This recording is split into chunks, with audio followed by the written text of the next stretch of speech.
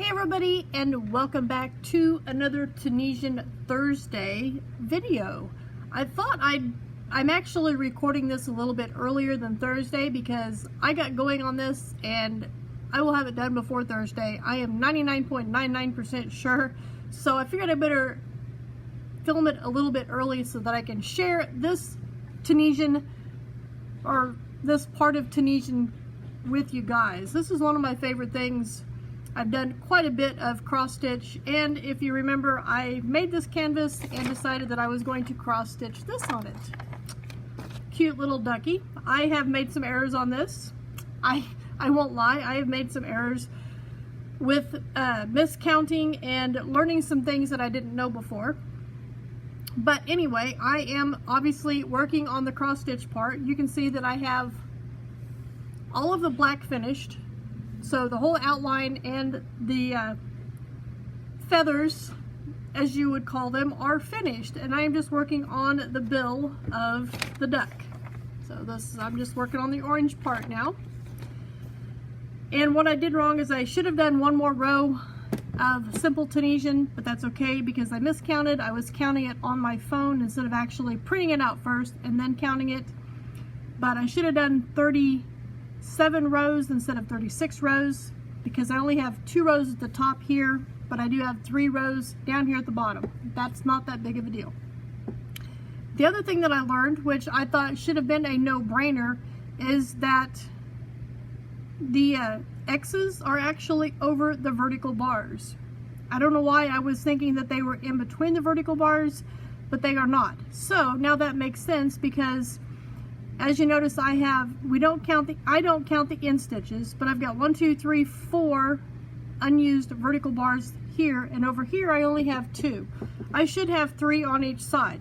Had I started this over one more, instead of starting it where I did, I was counting the spaces in between, not the vertical bars. So next time I know, hopefully I remember that, but next time I know that I should count the vertical bars, not the spaces in between the vertical bars.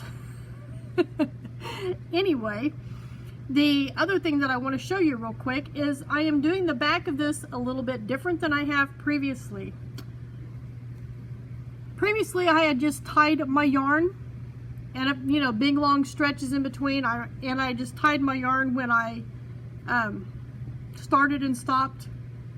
I do have a few random little tails here I need to snip. I'm not worried about them, but this time, instead of doing that, I decided to kind of weave in my ends. As you can see, I've done it right here and right here, and then like where I've got stitches, they're woven in underneath the stitches and stuff. However, you cannot see them on the front side of the canvas. I figured that out finally. And I guess when you do cross stitch, I'm not a cross stitch person with whatever the canvas is called. I don't know, the little cloth canvas stuff and the embroidery floss. I am not a cross stitcher. I have tried that and I cannot do it. But this is a little bit larger scale, and I actually enjoy it because I get to create my own canvas. I can make it any color, any size, whatever I want to match the pattern. I don't know if this is what the back of a embroidered canvas is supposed to look like, but I think it looks pretty good. Only parts of it look kind of weird to me, and I've got a few little places where I've, you know, stretched it, but not too many. So technically, if I wanted to use this for like a book bag or something like that, that would probably work pretty good. I think I would, next time, I think instead of just going across several of these, I will go across and then back to kind of secure that a little better. But anyway, the other thing I'd like to share with you is my needle that I'm using. I'm not using the normal metal one that I normally do. I decided to try one of these. These are, I think they're called wool needles. I first learned about these from watching Jada in Stitches, and she uses these for sewing in ends and stuff like that. Works wonderful for that because the loop here is actually quite large, as you can see. And you can put your needle through if you have just a little short piece of yarn that you're trying to weave in or whatever. You can put your needle through where you need to go and then stick that yarn in there and pull it through. It's amazing. Unlike, and I can see it, unlike just a regular embroidery needles or whatever,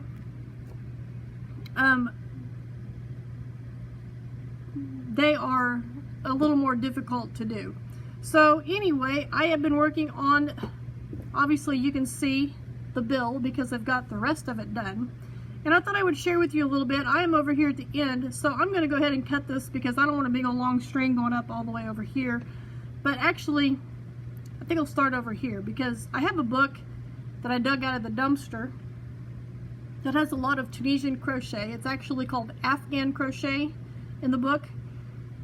If I remember, I will show it to you guys in another video, but it stated going right to left. I always go left to right. I don't know.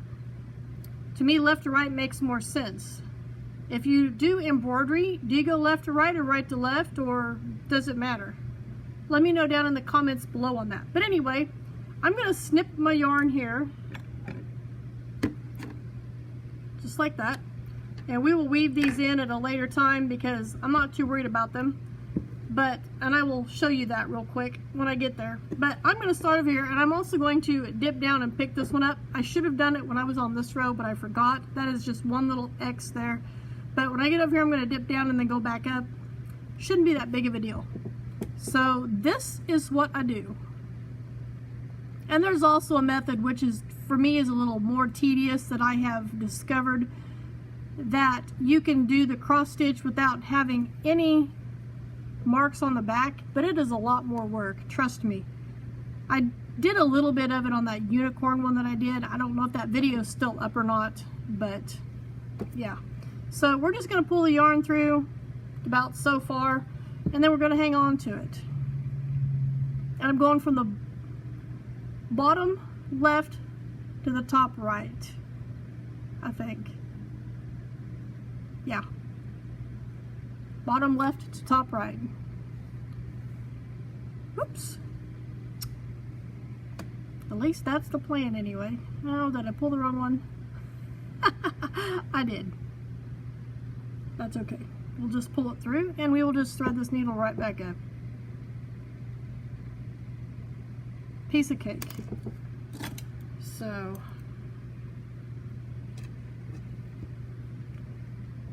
go down here to the bottom left of that vertical bar, pull it through to the top right,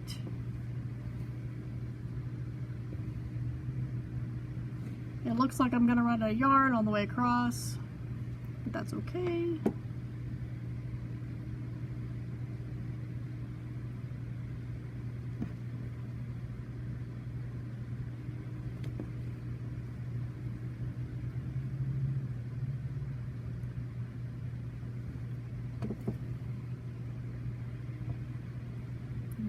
That tangled up in there.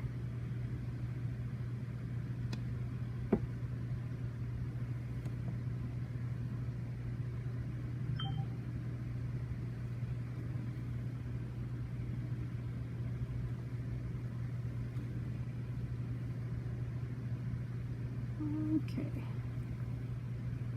I'm going to do this stitch right here. Like I said, I'm just going to hop down and do this stitch down here that needs to be done. I wish I would have done it when I did this other row, but I completely forgot about it. And I'm just going to go ahead and finish this off because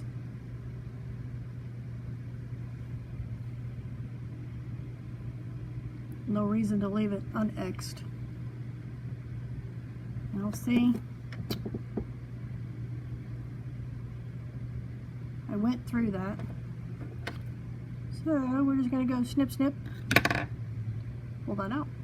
Not a big deal. Alright, that one's finished. Then go back up here.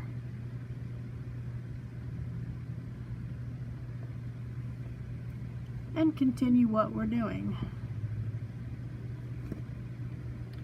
So that's how I do that part right there. And I will just continue across this way and then go back across and just keep going until I finish up. I don't know if I mean, I'm not going to stretch all the way across, so I will probably do little individual you know, this one and this one separately.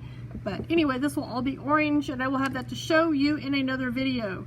So, what in the world did I do right here? Oh, never mind. That works.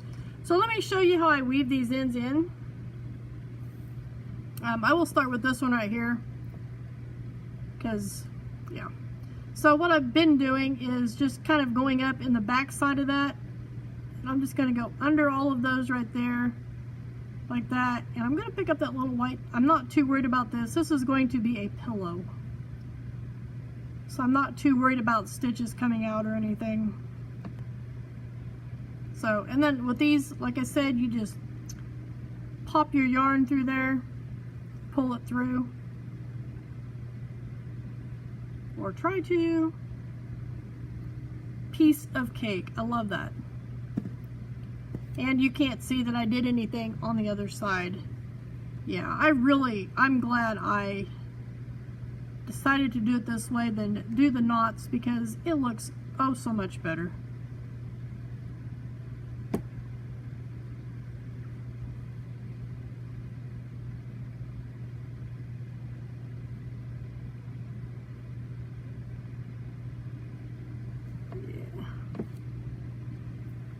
See how much easier that is with that type of needle? Amazing. And then I just snip the little end off. Got my little pile of end snippings right here.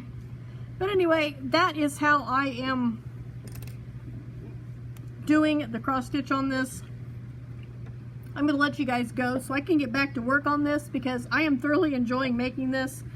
And I'm looking forward to getting the cross stitch part done so that I can continue on the rest of the project.